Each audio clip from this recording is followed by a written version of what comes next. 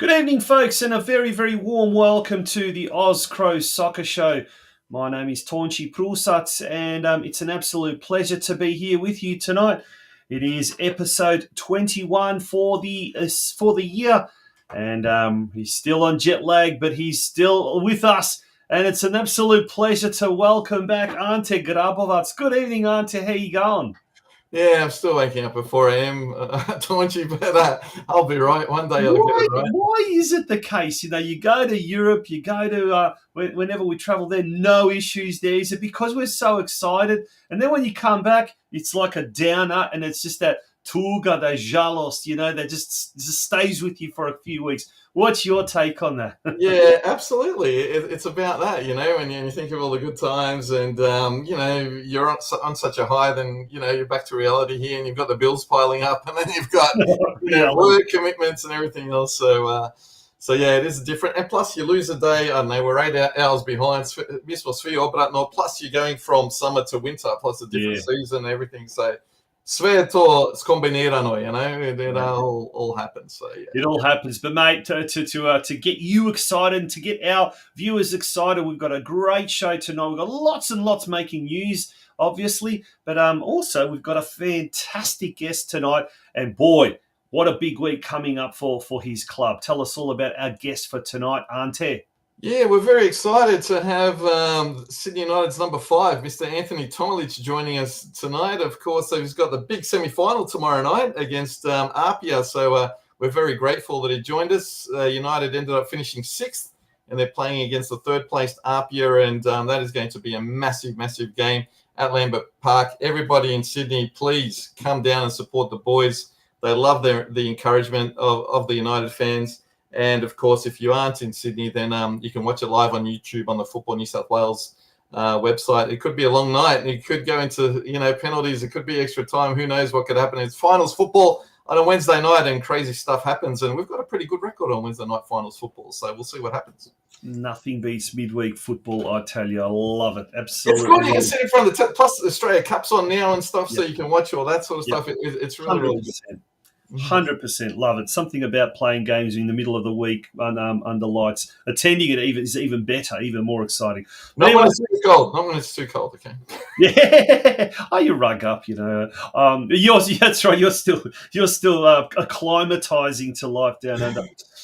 Folks, we're going to take a very, very short break. A big shout out to our major season sponsor, Living Gems and Gem Life, Gold Coast-based organisation, headed by Adrian Pulic, our good friend up at the Gold Coast Knights as well. Thank you to them, because if it wasn't for our major sponsors, we would not be seeing this year out. That's for sure. It is our third season, so we're pretty happy about that. But we're going to take a very short break, and when we return, Ante, news desk, and there's lots happening. All right, folks, don't go away. Who's to say who's young, who's old? Compared to who? Age is complicated. You see, most people really stop getting older at age 26, but their bodies just don't get the memo. So, hidden inside most over 50-ish-year-olds is the soul and spirit of a 26-year-old, with the same loves and desires and hopes and dreams, just in slightly different packaging. Why waste time wondering when you could be enjoying? It's your life, and life is what you make it. So, what are you waiting for?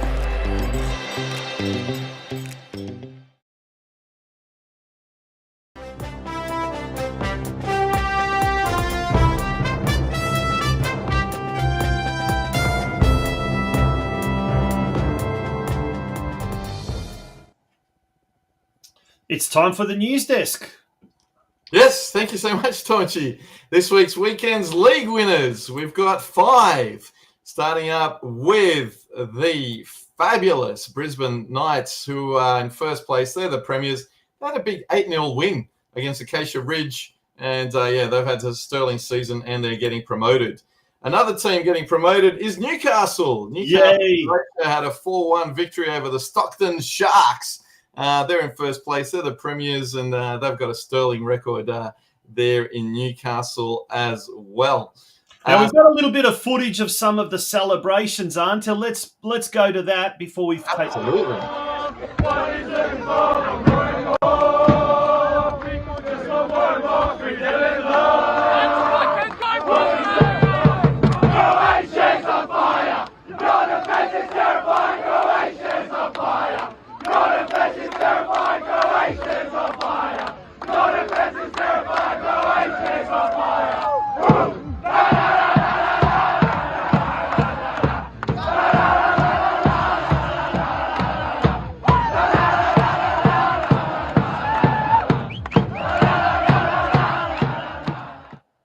Oh, fantastic! You know where that song originates from, don't you, Ante? Where? Tell me, Taunchi. From the Tsibalia Vinkovci Ultras, yeah. Okay. Yeah, They've got the best rendition, but I tell you what, that Newcastle Croatia rendition comes a very, very close second. We'll talk about Tsibalia a bit later on in the show, but Ante, that's fantastic. Newcastle Croatia, another promotion. We've had them on the show in recent weeks, and Josh Popescu did say we will get 100% promoted, and he was absolutely right. Absolutely. And, very proud. I mean, this is a team that didn't exist for 15 years because Newcastle Croatia didn't exist. They started in 1984. Then for 15 years up until 2021, they didn't exist. So well done to the committee and everyone involved in Newcastle Croatia. Doing great things, getting the community spirit back together. And, keep winning. So keep on winning, people. And more and more people are coming. They had a good run in the Australia Cup this year as well. Well done to everyone up at Newcastle, Croatia. And moving along, Sydney United, we spoke about this, Ante. Yeah, well, they had a big 1-0 win over St. George City, which is a fantastic win in the final round 30 of the competition. They ended up in 6th place, qualifying for the semi-finals, which is fantastic stuff. And big game tomorrow night against Apia, which we'll be talking a lot more about with Anthony Tomelic as well. Canberra, Croatia, they were winners 3-2. They were 2-0 down. And then Barac came up with a hat-trick in the second half. They overtook O'Connor Knights, and so now Canberra, Croatia in 2nd place. So it's a ding-dong battle between those two. And so, we'll see what happens in the final round. And Glenorchy Knights, they are also in 1st place in Tassie, which is fantastic. And but they're only 2 points ahead, so it's still got 2 rounds to go. They had a big 4-2 win against the Kingborough Lions, and they, of course, had a great run in the Australia Cup, making the round of 32. So it's been a good season for Glenorchy as well. In terms of finals football, we had, of course, unfortunately, Dandenong City. They were 2-0 down at halftime, and then they got back to 2-1. And then, unfortunately, there were 2 red cards, and then in the end, it all fell apart. So, obviously, we had Nick Tolios on last week. A great season for them. Obviously, they got promoted. And to make the finals in their first season of promotion was fantastic. So doesn't matter about this semi-finals. Would have been good to go on, but it wasn't to be. But, of course, the attention turns to tomorrow night. Sydney United, Apia Leichhardt, who finished 3rd, taking on Sydney United, who finished on 6th at 7 p.m. at Lambert Park. This was a bit of a surprise that it was going to be on a Wednesday night, this semi-final. And, of course, if you're not in Sydney, watch it on Football New South Wales YouTube. Otherwise, everyone come out to Lambert Park. And if Sydney United win, they take on Rockdale on Sunday afternoon at 1 p.m. at Illingdon Sports Centre. And it'll be interesting to see if United win, because United fans haven't been allowed, any away fans haven't been allowed into Rockdale, or if Rockdale play at Sydney United, away fans haven't been allowed for a couple of seasons now. So it'll be interesting to see what happens there. What do you reckon? Are they just trying to move the games as quickly as possible, sort of, and that's why they scheduled a midweek game, or what? What's the thinking behind that, you reckon, Ante?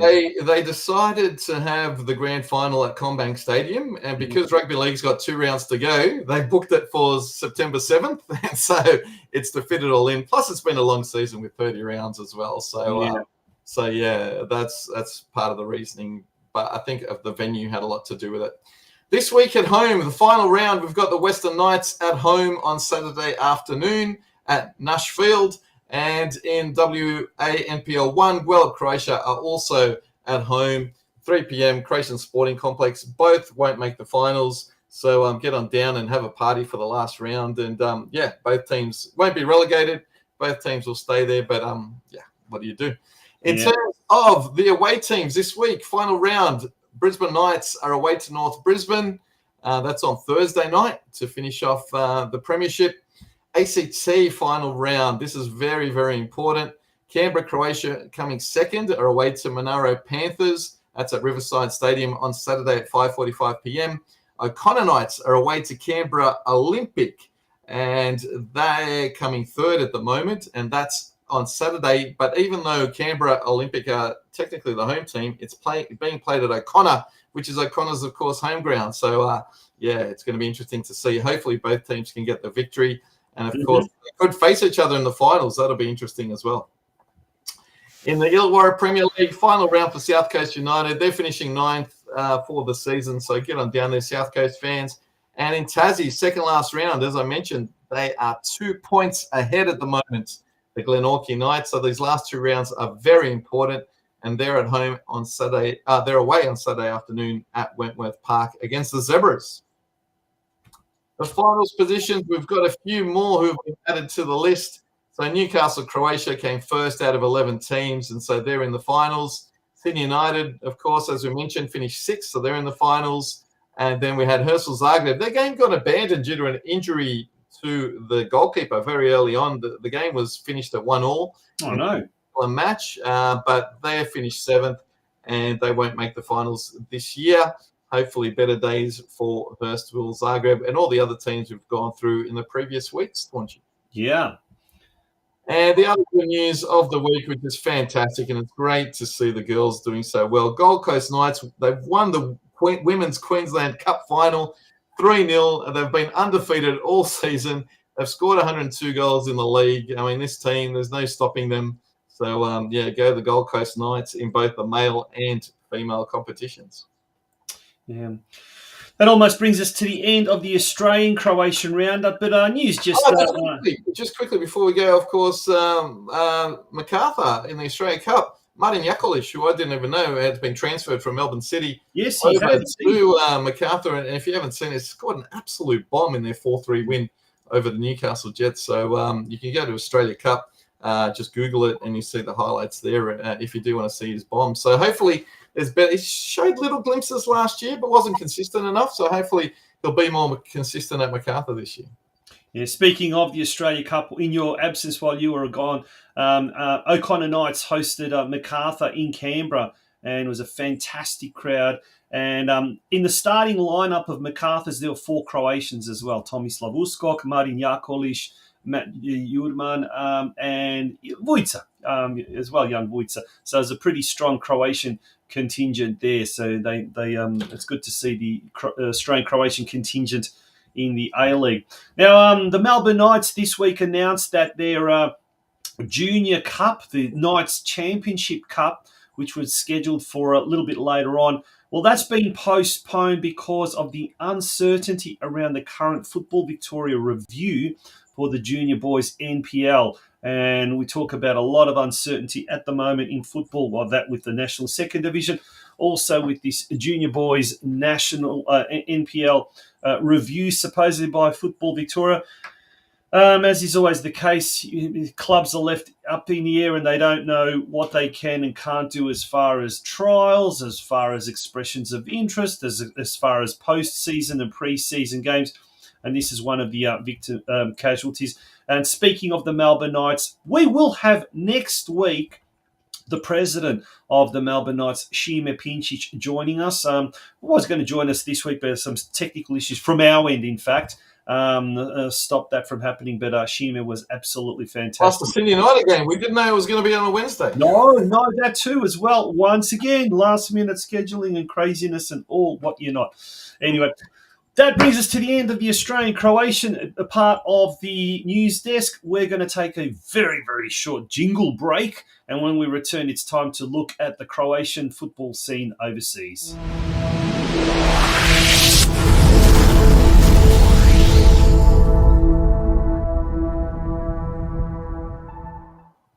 All right. I'm excited. You're excited. Why are you excited? Won again. Šibenik won.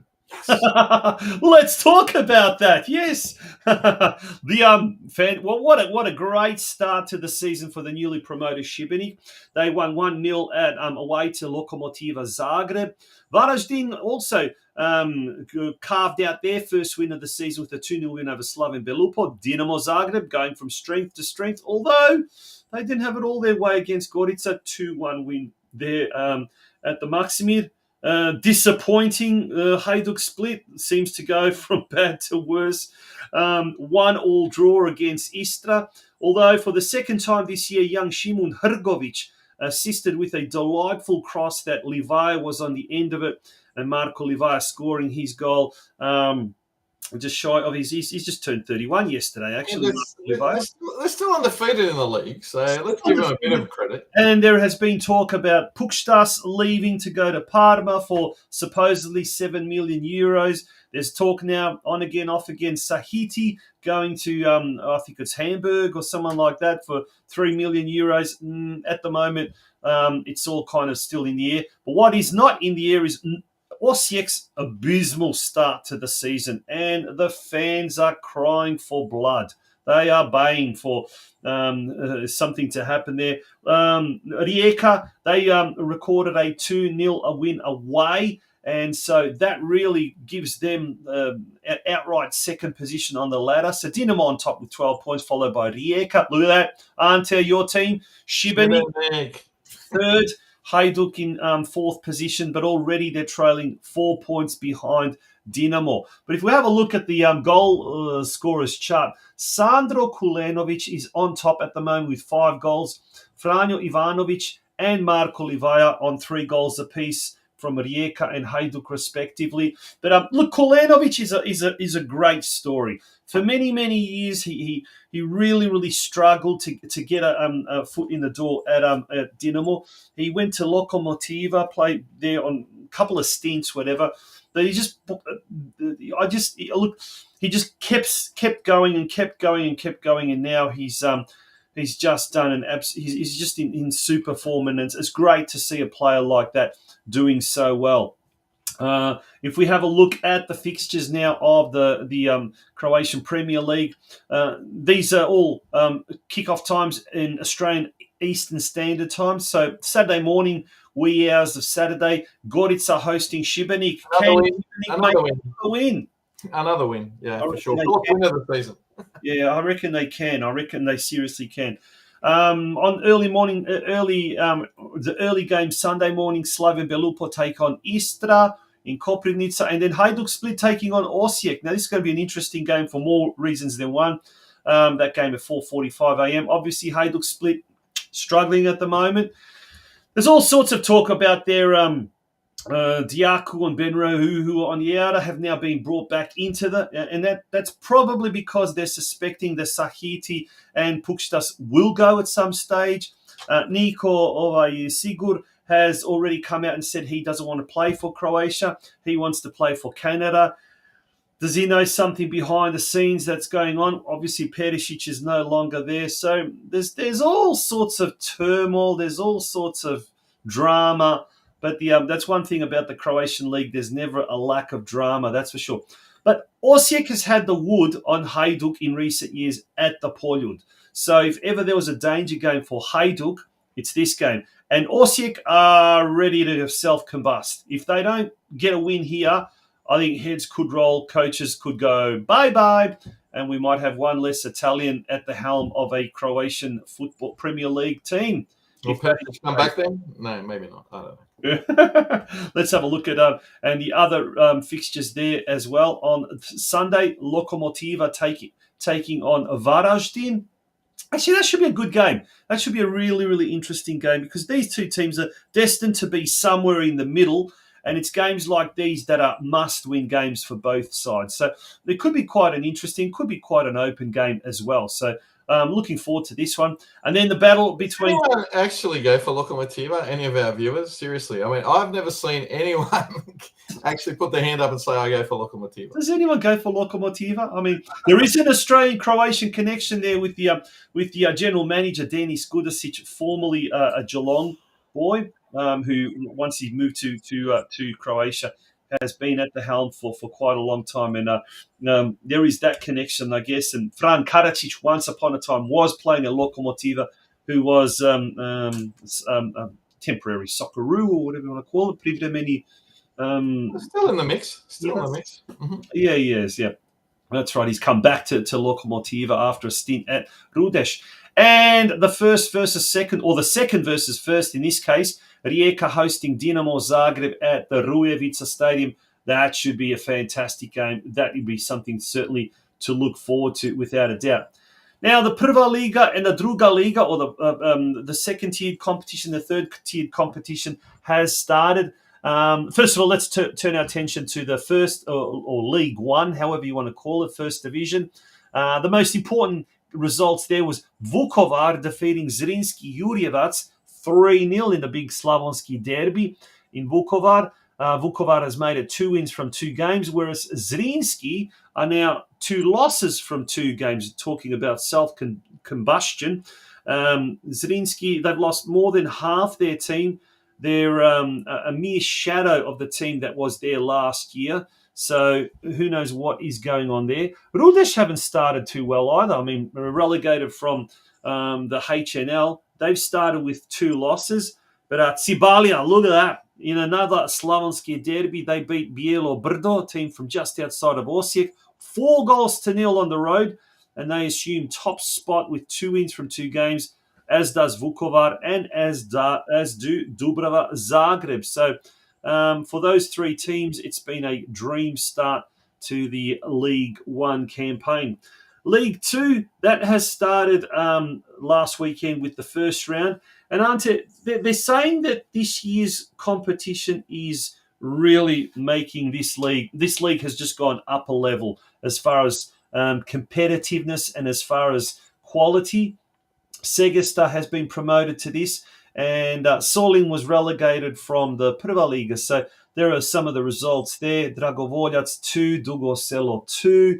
And by the way, if you haven't had a chance to see Hrvatski Dragovoljac's new kit, unbelievable. Stunning.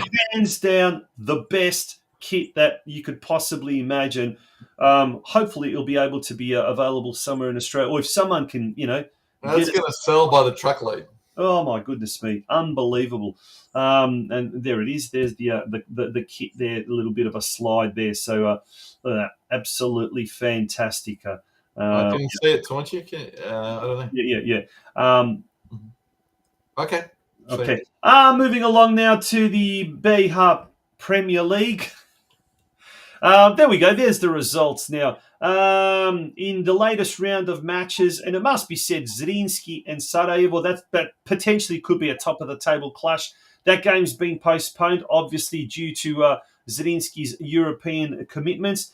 Borac also, they have had their game postponed as well. Same sort of thing against Sloga Dorboy. And at the time of going to Pres Gabela and Posuše were still to play their game. But Posuše at the moment, undefeated. Široki Brijeg are in 5th position, Posuše in 3rd, Zrinski in 6th, and Gabela in 10th position. Zrinski's only played 1 game, so that's right, yeah. And turning our attention now to the UEFA Cup games.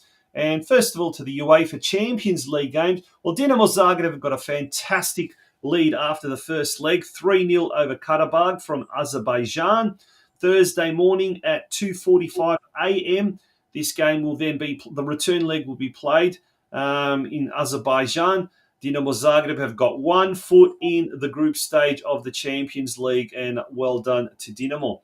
In the Europa Conference League, we've got 2 Croatian teams left. For how long? After the first round of matches, Rijeka and Olimpija played a 1-1 draw in Rijeka.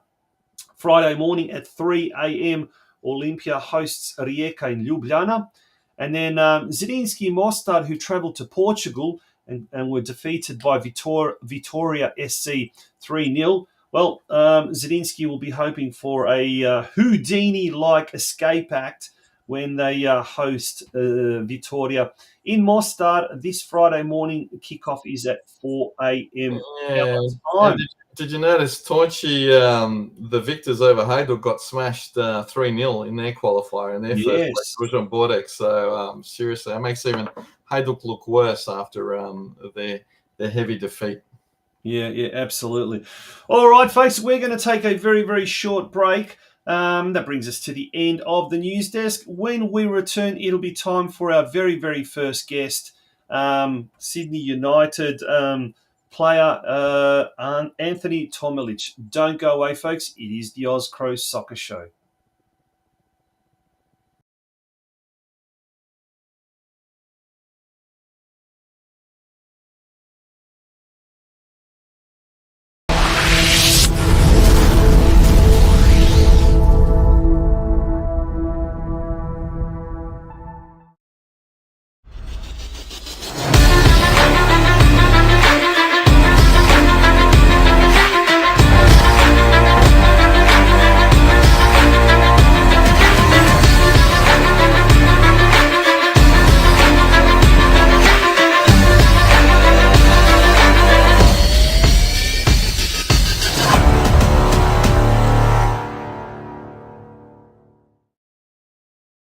Good evening, folks, and welcome to the Football Out West Show. It is good evening, folks, and a very, very warm welcome to you, and thank you for joining us here on the Geelong Region Soccer Show. Good evening, folks, and on that very, very boisterous introduction, welcome to the OzCro Soccer Show. Good evening, folks, and welcome to yet another episode of Dynamo TV.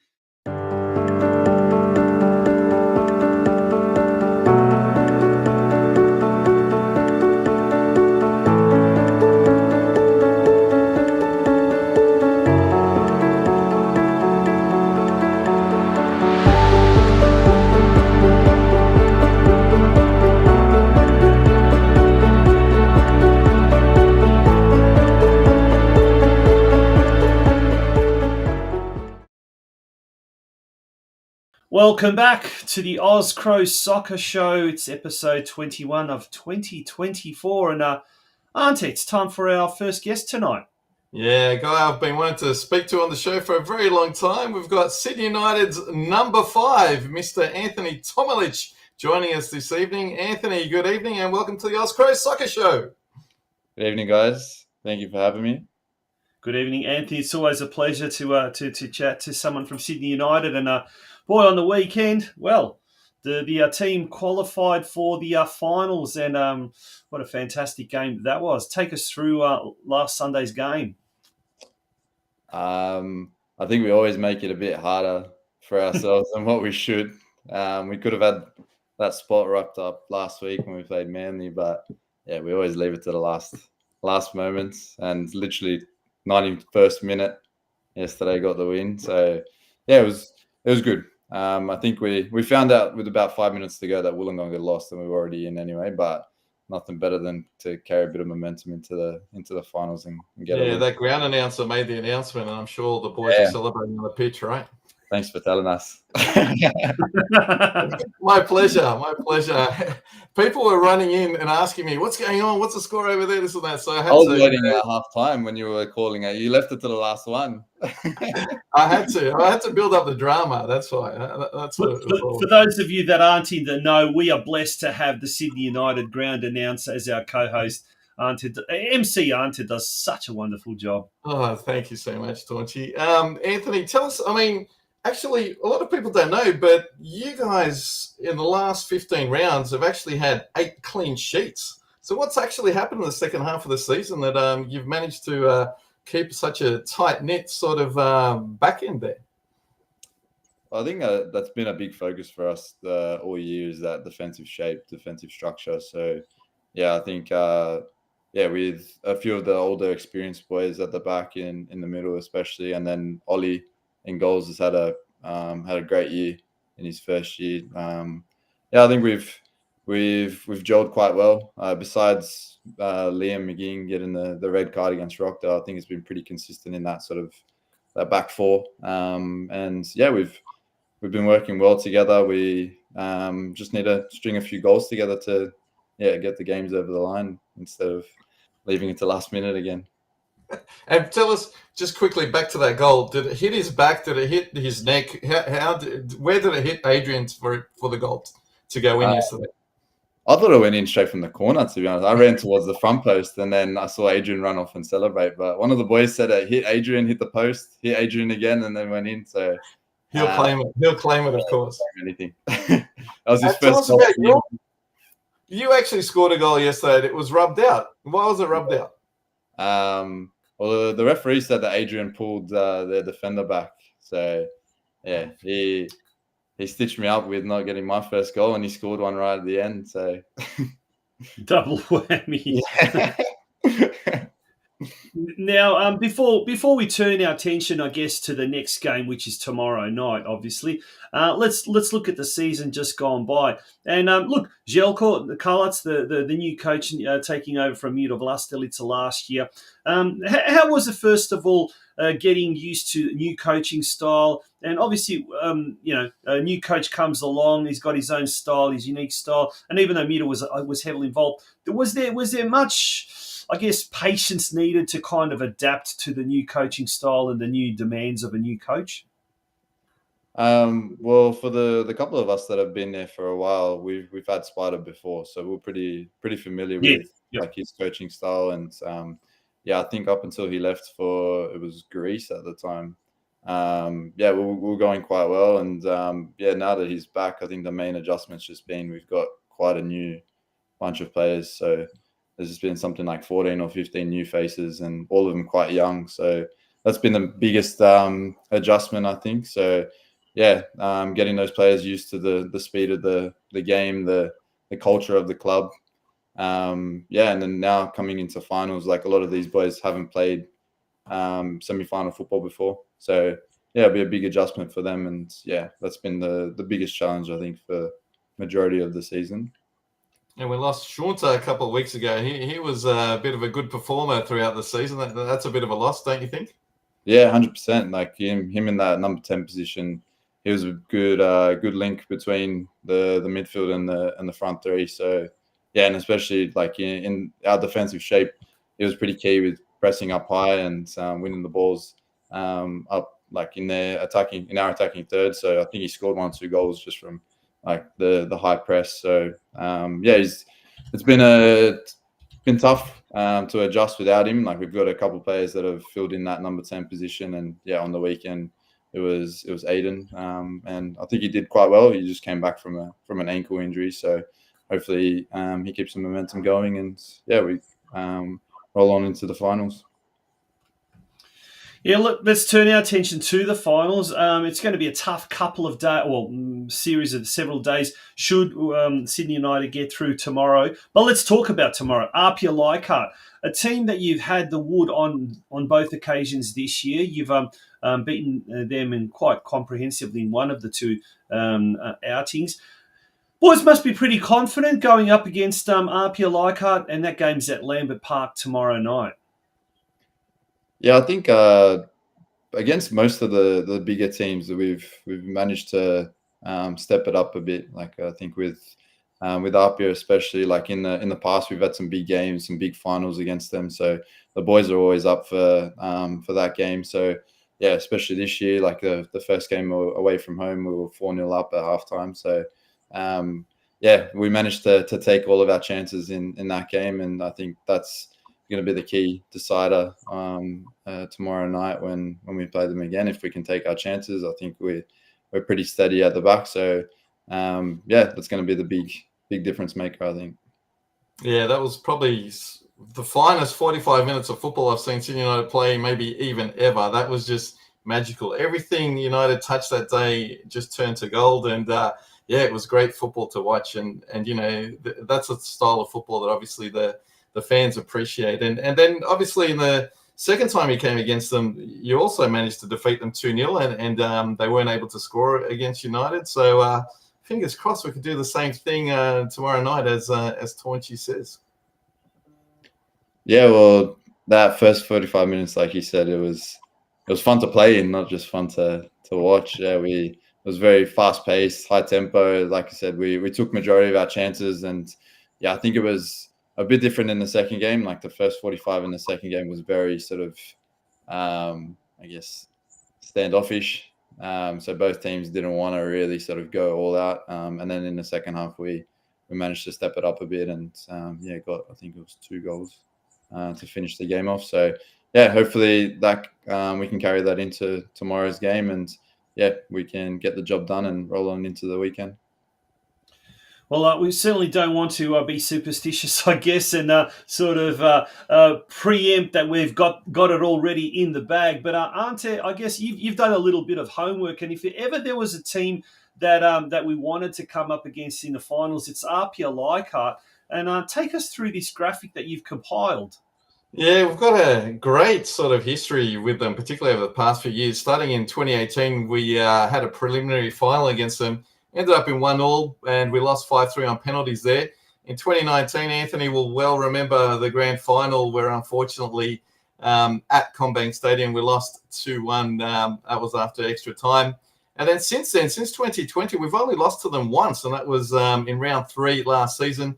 And, of course, we were able to beat them in the Waratah Cup final last year in extra time as well. And so, yeah, and as we've mentioned, we had those 2 victories this season. So they're definitely a team that United like to play against and have got a good record against in the past few years. Anthony, does the team lift against teams like Apia? Do you always look forward to playing teams like Apia?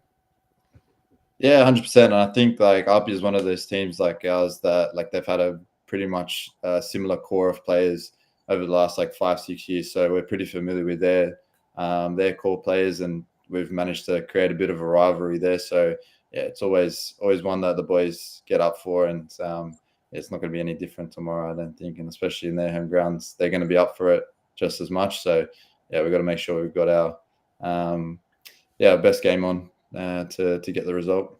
Can I ask you, like, I didn't know till yesterday that this game's happening on a Wednesday night, and then, no, not yesterday, on Sunday. I didn't, and for you, you've got a young family, you've got, obviously other business commitments and everything else. Is 30 rounds plus these cups, etc., a bit too long a season? Because nowhere, even A-League is only 27 rounds. Nowhere else in Australia do they play 30 rounds, and you guys are part-timers.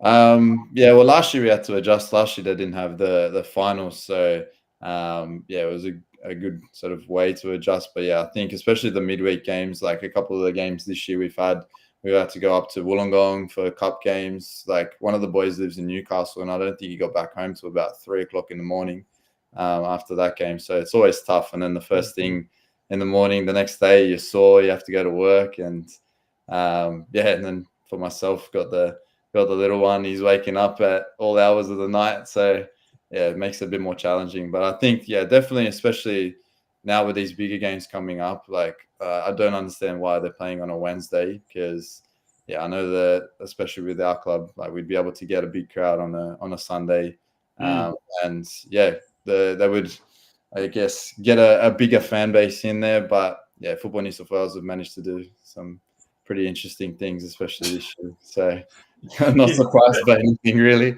But Anthony, I guess I must admit, from a fan's perspective, even 30 games plus finals is not enough. Because I know about you, Ante, I'm going to be dreading the off-season when there is no games to look forward to. And these days with YouTube, you can obviously watch games interstate and what you're not. But I guess now it kind of conjures up images of the national second division games. You're almost like having to be full time. You'd have to be, I guess, that way. But for players like yourself who do have flourishing businesses or families and what you're not, now you might all of a sudden be thrust in a position where you're traveling not just all over the state but all over the country and that kind of stuff.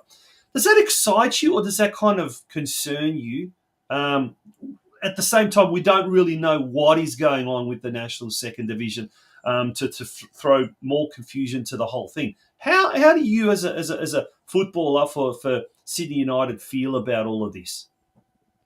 I think that's the thing, as you mentioned, it's the big unknown. Like we don't know as players what's going to happen next year. Like I don't think Football Federation Australia know what's going to happen next year either. So like if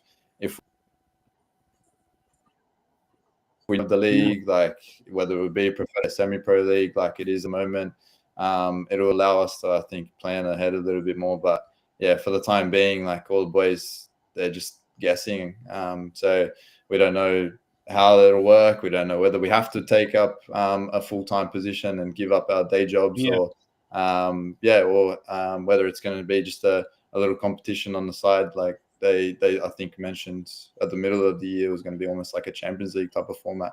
But yeah, not too sure how it'll work. Like as far as I'm aware, it's not going to go ahead next year. So we'll wait and see, I guess. But look, a club like ours deserves to be on the biggest stage and playing against the biggest clubs in Australia. So if that chance comes about, I'm sure a lot of us will jump at it, like the cup games that we've played against A-League opposition and in front of bigger crowds. So we'll wait and see what happens. But yeah, up in the air at the moment, obviously, with nothing being set in stone.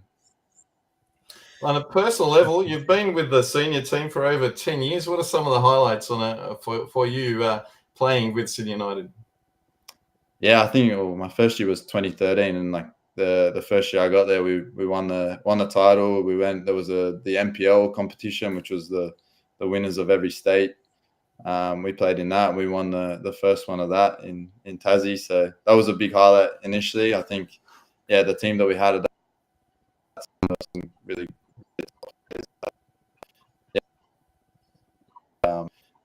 I think that was in our competition, to be fair. And then year after, probably one of the biggest highlights was the. Sorry, Anthony, we're just having a bit of interruption there.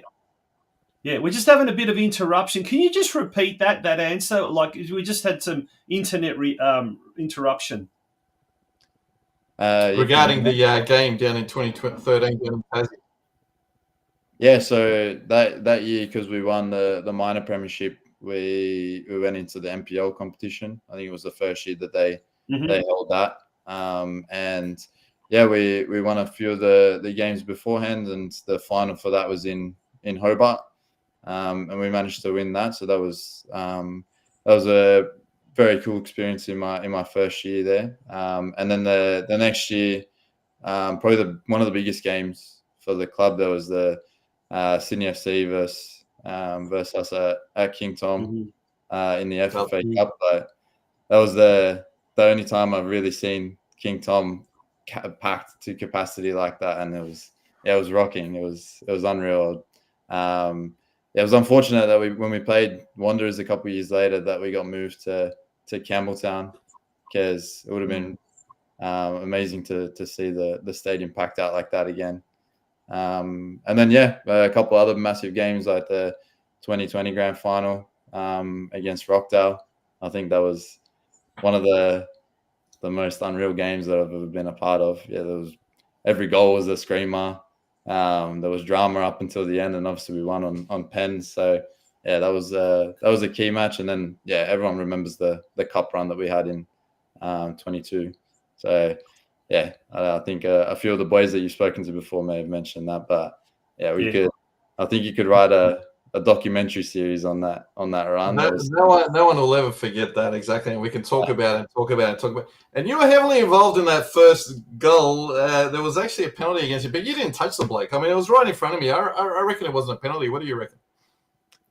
Yeah, well, I was hoping there was VAR because I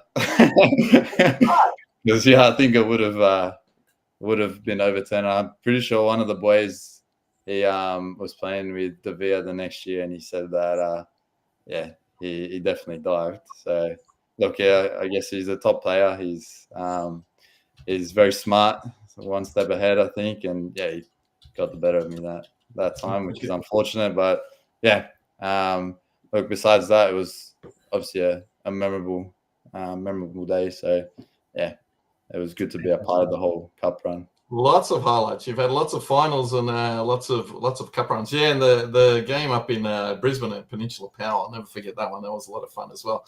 But anyway, on the weekend, obviously, you said farewell to one of your very dear teammates, and you were actually there along with Patrick Antelmi and, one of the opposition there that you're playing on Wednesday night. Franco Parisi looks like he's there as well. So tell us a bit about this. Obviously, Chris playing very special player in your career as well.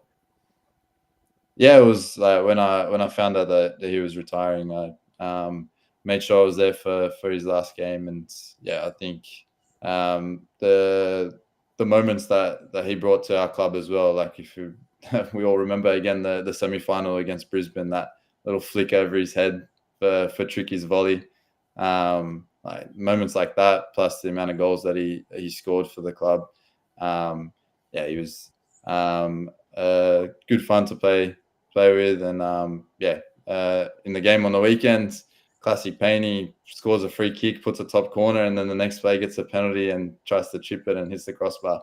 So, so he finished with a hat trick, which is a perfect send off for him. I think it was just it was good. Well deserved. A legend of United, absolutely. Yeah. Now, mate, you're 30, so there's still a lot of football left in your legs, in your career.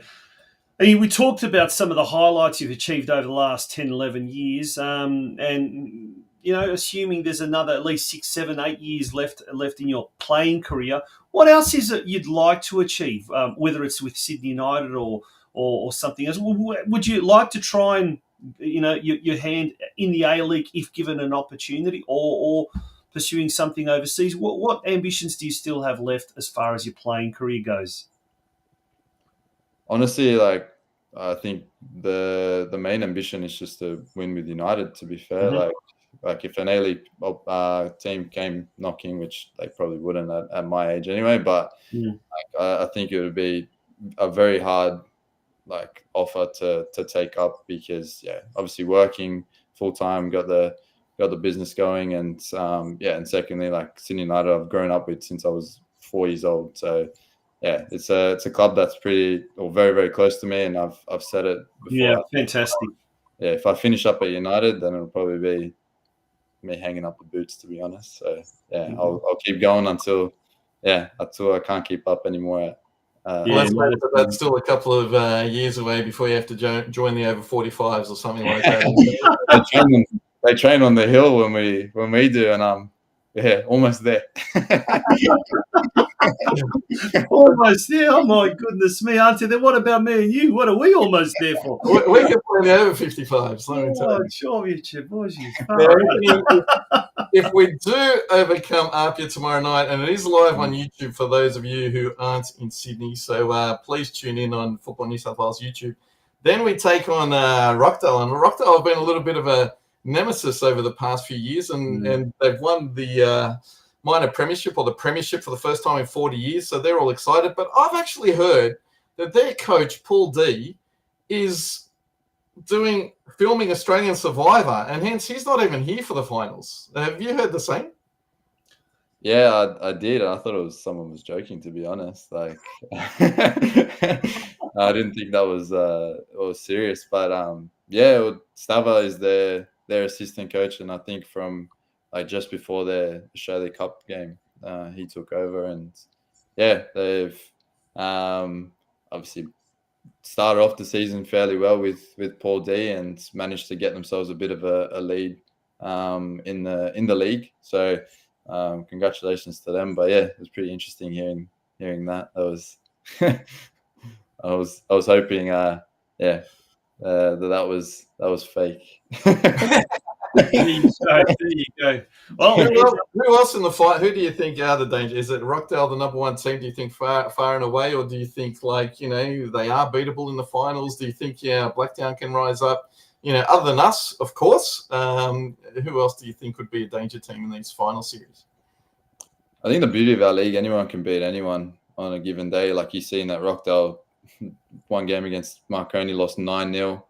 And then you've got games like us beating Apia 5-1, and I think Blacktown at the first game of the season they beat Apia 6-1 or something like that. So anything can happen. So just it's a matter of, especially with these quick turnarounds, like if players are fit, if people are sort of or if the full squads are available, and whoever turns up on the day, anyone can beat anyone. So we're hoping, now that we're in the six, that all it takes is really three wins on the trot, and then we're champions again. So we're definitely confident going through to the next few games, and I think that any team that we play against will definitely give them a good run, and I back us to get a result against whoever.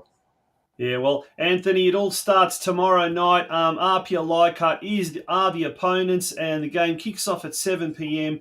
at Lambert Park. So get along to Lambert Park, and if you aren't in Sydney, as Ante mentioned before, you can watch the game on YouTube. Anthony, thank you so much for joining us here on the OzCro Soccer Show. Sorry, I've always got one more question to ask, particularly of Sydney United players, right?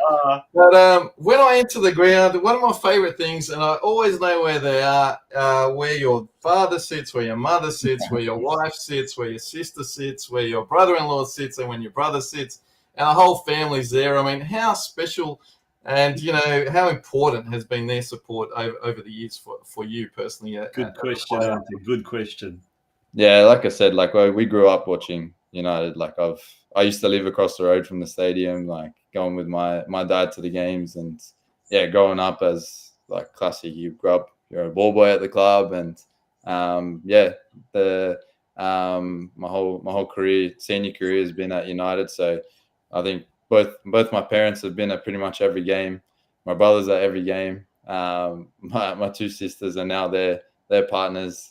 Try to come to as many games as possible, and then now my wife and son. Like it's very special. Every game, after the game, go straight to the corner and just spend that moment with them. And then now, obviously, with the little one, I'm hoping he grows up and I get to sort of play a few games where he understands it a little bit more. He gets to run on the pitch, and hopefully he gets to play for the club as well one day too. Yeah, that's pretty special. Absolutely, it's very special, and I mean, their support of the team and of course yourself is just amazing. And credit to them and credit to yourself, because United are a special team, and obviously the TOMELIC family are a very big part of that as well.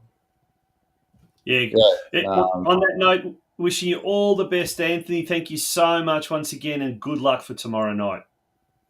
Thanks for having me, guys. Thank you. Yeah, the boys. Absolute pleasure. TOMELIC, a surname that's really synonymous with Sydney United, aren't it? Final thoughts about tomorrow night's game, mate? Well, we've got a good record against Apia. I've got no reason to believe that that's not going to continue. So I think we'll live to fight another day. Rockdale might be, a big test for us should we make it there on the Sunday, because that will be the grand final qualifier. And the grand final is on Saturday, September 7 at Combank Stadium. So, look, if we can make it there, like last time, we'll create a raucous atmosphere, and, hopefully we can get to the grand final. But obviously, one game at a time. Let's beat Apia first, and then let's see what happens. Yeah, absolutely. Folks, we're going to take a break, and when we do return, it'll be time to wrap up tonight's episode. Game-changing move. Explore sporting benefits with Citizen HR. Are you looking for a sporting haven with stable opportunities, low barriers, and a high standard of competition? It's time to consider becoming a citizen of Croatia with Citizen HR, your key to a second passport tailored for sporting success. Croatia boasts one of Europe's fastest-growing sporting economies, low unemployment at 6.5%, and an exceptional quality of sporting life. Citizen HR is your ally in navigating the sometimes slow and overwhelming process of obtaining a second passport for sporting purposes. Connect with experts in under 10 minutes and explore the paths to sporting citizenship or visas available for you. Billy M. from the Google Play Store notes, easy to use. Quantity and quality of experts available. Great options for getting married overseas.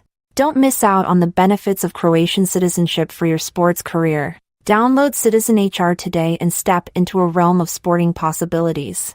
So what are you waiting for? Head over to https://citizenhr.app today. Use the code AUSCRO for 50% off any biography translations you order.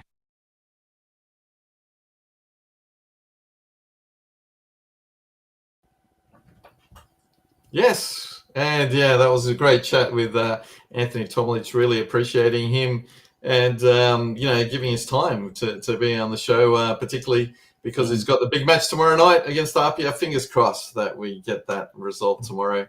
I mean, I don't know how many things. I'm going to cross my toes as well. And yeah, Launchy, hopefully you'll be tuning in as well. Yeah, just a reminder, the game kicks off at 7 p.m. at Lambert Park. So if you're in the Greater Sydney area, do get yourself down there. I'm not sure what the capacity of the ground is, and if very small.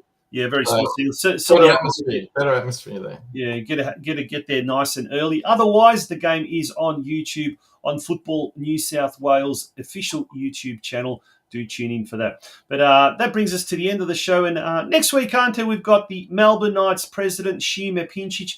There's a lot to talk about. In fact, whether it's the National Second Division, we talked about the Knights Championship Cup that has been postponed. But on a positive note, a lot has been happening off the field at Melbourne Knights, including some capital infrastructure works there as well that is going to benefit the juniors and the various other teams that play at Melbourne Knights Stadium, the iconic Knights Stadium. So we'll be hearing from Shima next Tuesday night. Yeah, really looking forward to that. And of course, they've been looking for a media manager. So hopefully someone puts their hand up for that as well. Yeah. On that note, thank you very much for being a part of this week's OzCro Soccer Show. We look forward to having your company next Tuesday night. Good night. Good luck to all the Croatia teams in the Euro qualifiers as well. Bye-bye.